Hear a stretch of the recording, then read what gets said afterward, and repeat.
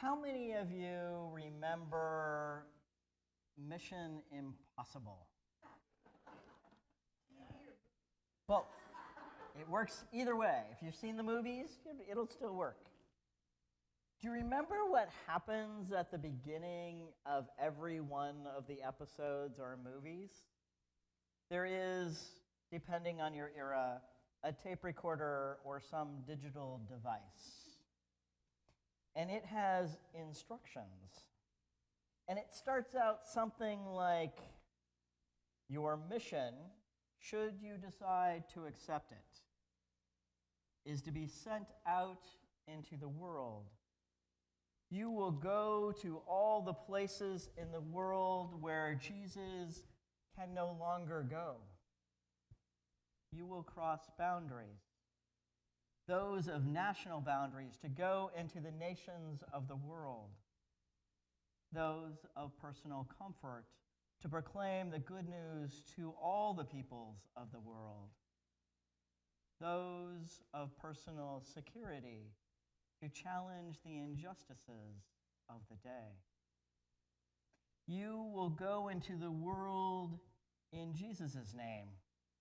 It is through you that the world will know Jesus, and that they will know that the kingdom of God is near.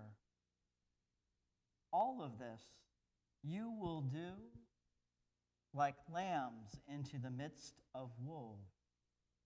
Furthermore, you will carry no purse, no bag, no sandals, and greet no one along the road.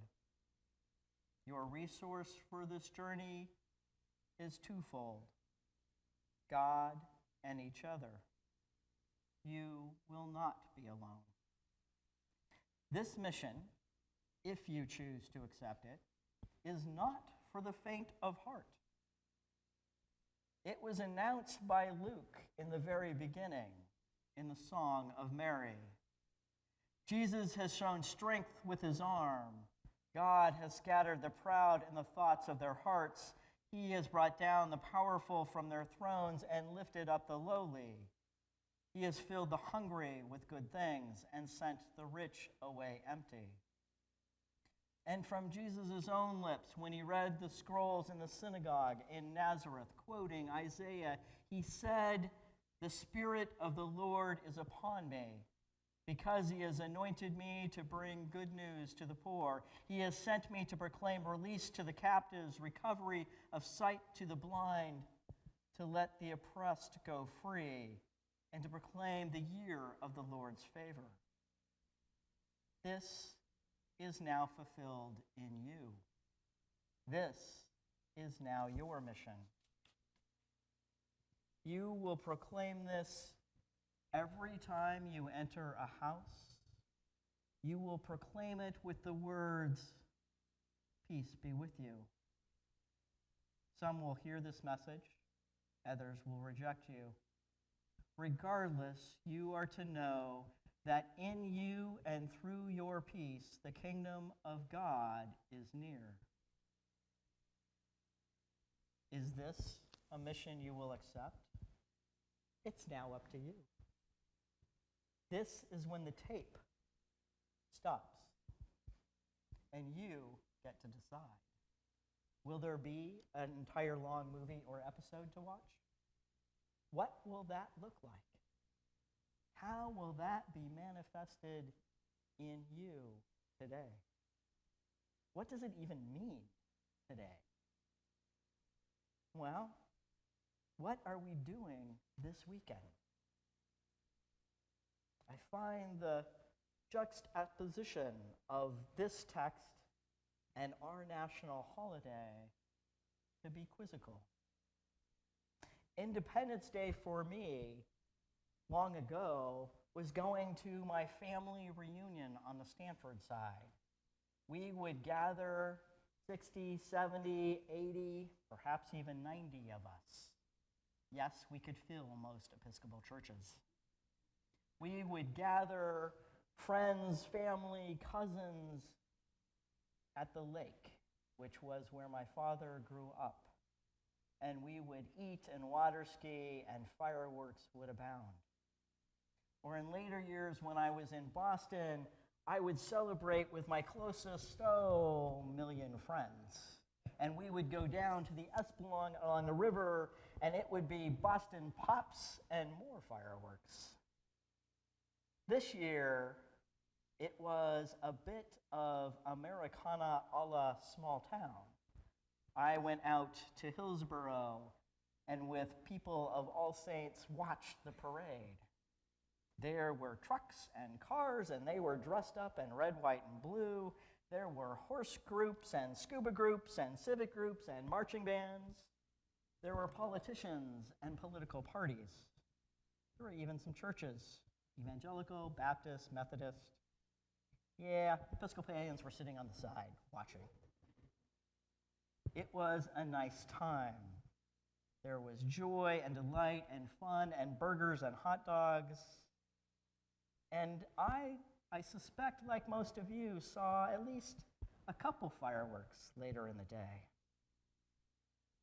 But what is the relationship of that celebration and what our gospel calls us to?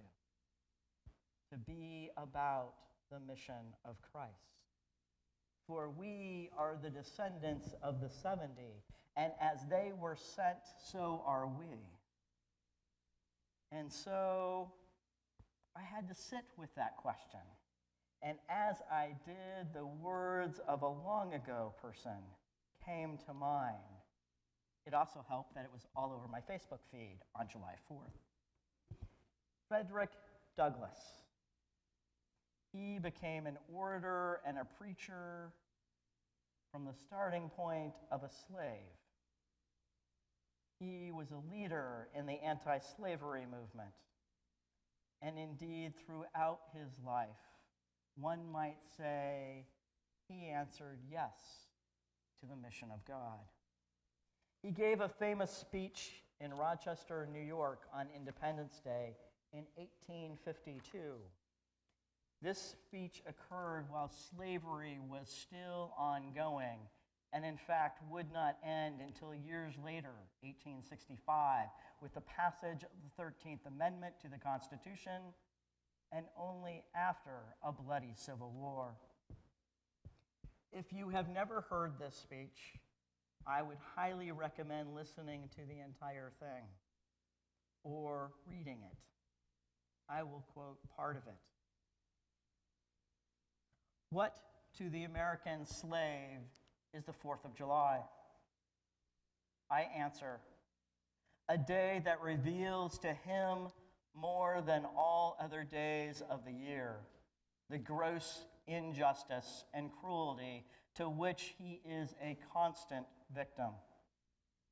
To him, your celebration is a sham, your boasted liberty an unholy license, your national greatness, swelling vanity, your sounds of rejoicing are empty and heartless.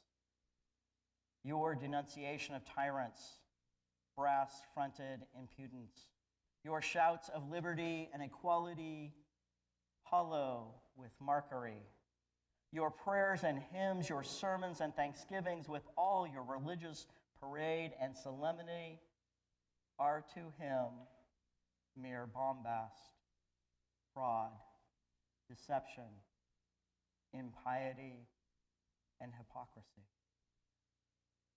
A thin veil to cover up crimes that would disgrace a nation of savages. There is not a nation of the earth guilty of practices more shocking and bloody than are the people of these United States at this very hour. He goes on to say, the conscience of a nation must be roused. The propriety of the nation must be startled. The hypocrisy of the nation must be exposed, and the crimes against God and man must be proclaimed and denounced. These were the words of Frederick Douglass, a former slave when slavery was going on. The question for each of us today is whether we accept our own mission in God. Who are the slaves of today? Will you proclaim God's freedom to them? Will you proclaim the good news to the poor against the mighty of our day? Will you work against the injustices and cruelties of our time? If you're thinking this feels a little all too much, perhaps you look at yourself and do not count yourself as a Frederick Douglass of the world. Perhaps you do not count yourself as among the great cloud of witnesses, as our last version of the saintly calendar would say. Do not lose heart, because you are among the 70. I would encourage you to remember the last part of the gospel. The 70 returned from their mission with joy. Now, is your brain kind of twisting a little bit? You had this mission. It did not necessarily sound like fun. We have an example in Frederick Douglass. Could that be us? How is this with joy? It does not mean that we or they did not encounter hardship or rejection. They did, and we will. It does not mean that, in fact, they were not killed. Some of them were, as some of us will be too.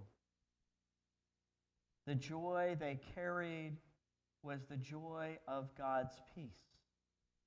If you remember, it is what you are to say upon entering a house.